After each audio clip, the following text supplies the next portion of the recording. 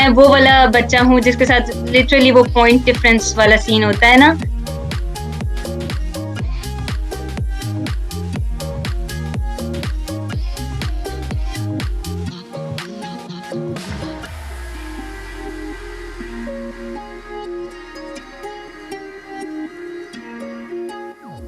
अस्सलाम वालेकुम everyone, you are watching chemistry की एपिसोड 15। मैं हूं लाइबा। जैसा कि आपको पता है कि हमारे यूनिवर्स एपिसोड में एक नया स्टूडेंट लेकर आते हैं जो कि अपनी कैंपस लाइफ हमारे साथ शेयर करता है, हमारे साथ अपने इंटरेस्ट शेयर करता है।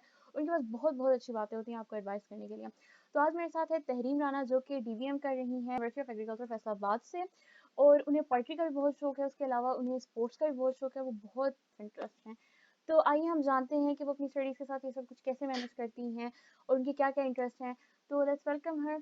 अस्सलाम वालेकुम तहरीम।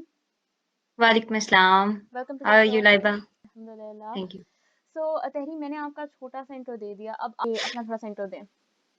जी, आई एम तहरीम राना और मैं डॉक्टर ऑफ वेटनरी मेडिसिन की डिग्री कर रही हूँ यूनिवर्सिटी ऑफ एग्रीकल्चर फैसलाबाद से। Presently I am in 7th semester जो कि नियर टू एंड है। अभी एग्जाम्स हमारे होने वाले हैं, तो we will be promoted to 8th semester okay. इंशाल्लाह सून। ओके, तो आप लोगों की भी 5 साल की डिग्री होती है या 4 साल की? या एग्जैक्टली हमारी 5 इयर्स डिग्री है। ओके, सो आप मुझे थोड़ा सा बताएं कि आपका डीवीएम की तरफ किस तरह से इंटरेस्ट है। लाइक यूजुअली लोग नहीं जा रहे होते हैं, पाकिस्तान में उतना कल्चर नहीं है, तो इस बारे में आप क्या कहेंगी? एक्चुअली अगर मैं आपको ओरिजिनली बताऊं तो लाइक कभी-कभी इस तरह होता है कि लोग किसी प्रोफेशन के अंदर जाते हैं तो फिर वो इस तरह से कहना शुरू कर देते हैं कि बचपन से हमारी ड्रीम थी। नो डाउट बहुत से लोगों का इस तरह होता है, बट ओरिजिनली मुझे एमबीबीएस करने का ज़्यादा शौक था।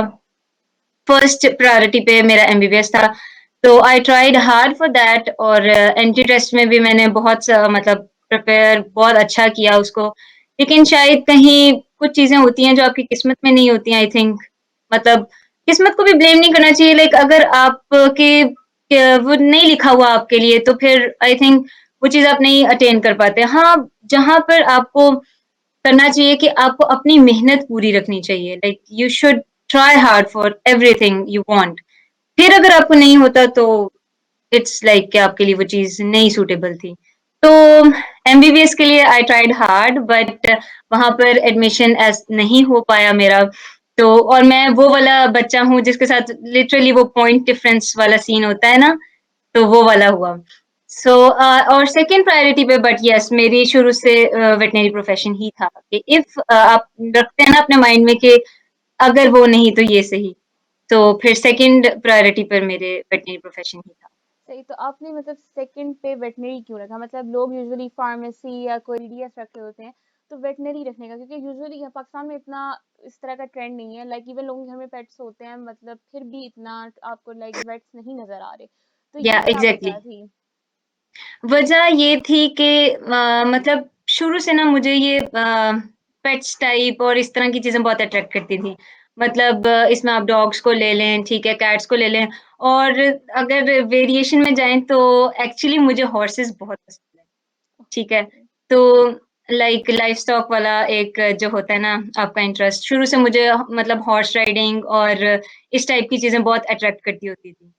तो और बेसिकली ना जब मतलब आप अपने सराउंडिंग्स में भी देखें तो जिन लोगों ने पेट्स रखे हैं तो they do care for the animals, लेकिन अगर आप बाहर कहीं जाते हैं तो हमारे पाकिस्तान में उस तरह से वाइल्ड एनिमल्स की या स्ट्रे एनिमल्स का वो ख्याल नहीं रखा जाता। मतलब वो भी तो एक जानदार ही है ना, उनके अंदर भी वो दर्द, वो पेन सारा कुछ होता है। तो वो एक चीज़ मुझे अट्रैक्ट करती थी कि यार if I am not able to do मतलब कि ह्यूमन्स के लिए मैं मतलब उस तरह से अगर एमबीबीएस में नहीं जाती हूँ, तो फिर I will definitely do something for these animals. Okay, that's very nice of you. मतलब लोगों की ऐसी सोच बहुत कम होती है क्योंकि पाकिस्तान में एनिमल राइट्स का उतना मतलब लोगों को इतना they are not that aware of it. That's really या good that you know about it and आप उसके लिए काम भी कर रही हैं। तो आपकी कैंपस लाइफ कैसी है? आप यूनिवर्सिटी ऑफ एग्रीकल्चर फैसलाबाद के थोड़े बारे में हमें बताएं। कैंपस लाइफ मेरी बहुत अच्छी है अल्हम्दुलिल्लाह। और university of agriculture Faisalabad itself is a very good university, ठीक है। अगर हम मतलब ब्यूटी की बात करें तो मतलब बहुत प्यारी यूनिवर्सिटी है हमारी, ठीक है। और अगर फैकल्टी की बात करें, स्टाफ की बात करें तो no doubt teachers are very competent माशाल्लाह। और अगर मैं आपको अपनी पर्सनल लाइफ का हिसाब बताऊँ तो yes, I am not only a veterinarian, मैं शुरू से ही को करिकुलर एक्टिविटीज जो होती हैं उनमें बहुत ज्यादा इनटू रह रही हूँ। मतलब स्कूल लाइफ से लेकर डिबेटिंग, स्पोर्ट्स और इन सब चीजें मुझे करने का बहुत शौक था। मतलब किताबी कीड़ा टाइप वाला बच्चा नहीं हूँ टिपिकली। तो मतलब पोइट्री वगैरह और ये वाली चीजें करने का भी मुझे मतलब बहुत शौक है। सही तो रीड आप करने का भी, थोड़ी सी बहुत राइट करने का भी। सही तो आपकी जिससे क्रिएटिव माशाल्लाह साइड्स हैं, तो आपने एफएससी में आपको थोड़ा टाइम मिला कि आप इनको थोड़ा-सा आप इन पे गौर करें, इन पे थोड़ा काम करें, या आपको यूनिवर्सिटी में आके थोड़ा पता चला कि अच्छा यार मैं ये इन चीज़ों पे भी फ़ोकस कर सकती हूँ? या अगर को बचपन से मतलब जैसे स्कूल लाइफ में था ना, तो मैं बहुत ज़्यादा अपनी पढ़ाई के साथ-साथ I was the topper of my school as well. तो लेकिन उसके साथ-साथ मैं मतलब डिबेट्स बहुत ज़्यादा करती होती थी, ठीक है? फिर स्टेज होस्टिंग शुरू से मुझे शौक था, तो वो मैं स्कूल लाइफ में करती होती थी। लेकिन एज़ सच एफएससी में आके क्योंकि फिर मेरा गोल सिर्फ़ एमबीबीएस था, उस ड्यूरेशन के अंदर। तो उसके लिए और कॉलेज लाइफ में आपको भी पता है I am a पंजाबियन my self. तो लेकिन कॉलेज लाइफ में उस तरह से वो फंक्शंस वगैरह एक तो होते भी नहीं हैं और जिस तरह से होते हैं, फिर आप मतलब मुझे ये था कि अब मैंने अपने गोल से नहीं हटना, तो उसके साथ-साथ मैं चीज़ें करती थी लाइक पोएट्री पढ़ती थी, करती भी थी थोड़ी बहुत, लेकिन ज़्यादा पॉलिश जो है ना मैंने स्कूल लाइफ के बाद यूनिवर्सिटी लाइफ में आकर इन चीज़ों को पॉलिश करना शुरू किया। तो आपको लगता है कि जो 2 साल का आपको थोड़ा-सा एक ब्रेक आके आपने कहा कि ठीक है मैंने एमबीबीएस करना है, कि वाज़ इट वर्थ इट, या आपको लगता है कि नहीं, अगर कोई गाइडेंस होती है, हमारा थोड़ा एजुकेशन सिस्टम डिफरेंट होता है and we were able to do different thing at the same time, तो वो ज़्यादा बेटर होता?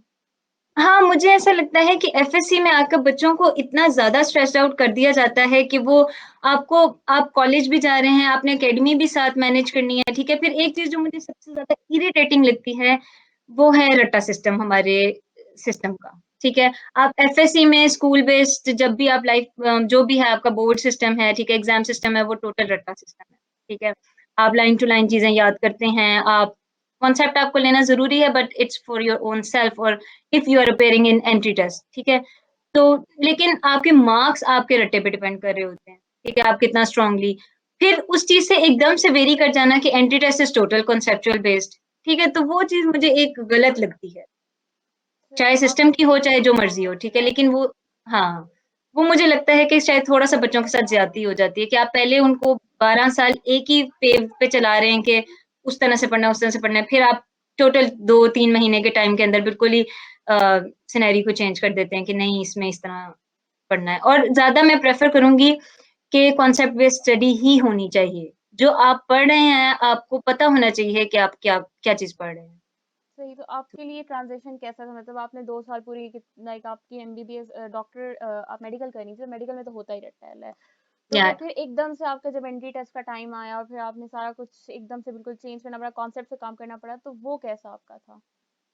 वो ठीक था मतलब मैं एफएससी में भी उसी लिहाज़ से पढ़ती थी बिकॉज़ मेरा एक माइंडसेट था, एक गोल था कि मैंने एंट्री टेस्ट में अपियर होना है और फिर मुझे उसी तरह से मतलब जो बच्चे गोल ओरिएंटेड होते हैं, वो अपनी पहले से ही स्टडी को उस तरह से मेंटेन रखते हैं कि यार हमने अगर मार्क्स लेने के लिए भी पढ़ना है तो अपने कॉन्सेप्ट्स भी क्लियर रखने हैं। और ये सिर्फ़ एंट्री टेस्ट की बात नहीं है, मैं यूनिवर्सिटी लाइफ़ में भी इसी तरह पढ़ती हूँ कि मार्क्स भी नो डाउट डिपेंड करता है बट आप जो चीज़ पढ़ रहे हैं वो आपके माइंड में रिटेन भी रहनी चाहिए लाइक सिर्फ रट्टा सिस्टम नहीं होना चाहिए, ठीक है? तो आप जो पढ़ रहे हैं वो आपको पता होना चाहिए क्योंकि वो ही नॉलेज आपके काम आना है, ठीक है? ये जो रट्टे वाली चीज़ें होती हैं वो आज, कल, परसों तक आपको याद रहेंगी लेकिन 5 दिन बाद आप भूल जाएँगे कि आपने क्या पढ़ा।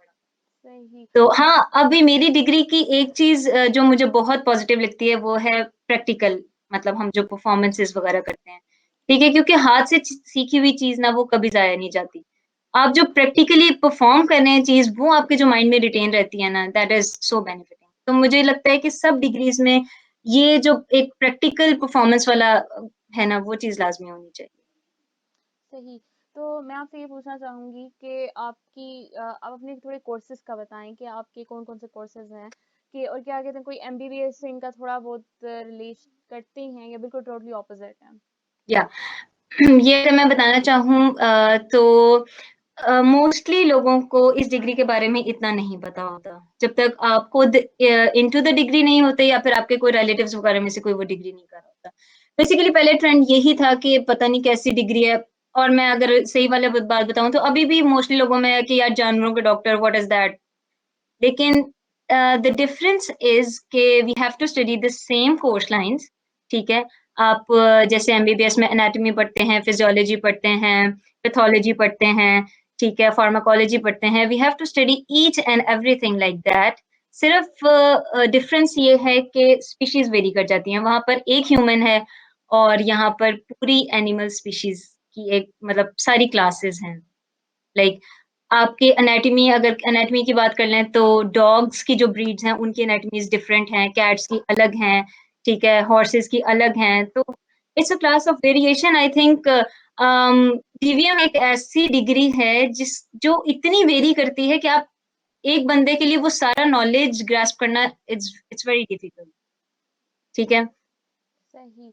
तो आपने बताया कि आप साथ-साथ लाइक अकेडमीज़ भी चल रही होती हैं, तो आपने किस अकेडमी को टारगेट किया था फॉर एंट्री टेस्ट एंड आपने कैसे आपकी प्रिपरेशन वहाँ पे कैसी रही थी? एज़ यूजुअल सब बच्चे जिस अकेडमी को टारगेट टारगेट करते हैं वो है किड्स अकेडमी तो मैंने भी उसी को टारगेट किया।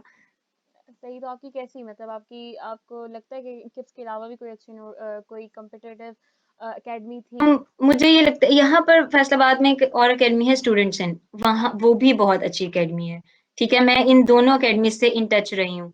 तो दोनों अकेडमीज़ अपने-अपने लेवल पर बहुत अच्छा काम कर रही हैं, दोनों के टीचर्स बहुत कॉम्पिटेंट हैं, नो डाउट और बहुत सपोर्टिव हैं। ये बात नहीं है कि अगर टीचर्स बहुत हाई लेवल के हैं तो वो सपोर्ट नहीं करते, no they try to clear your each and every concept at every time you want. Okay.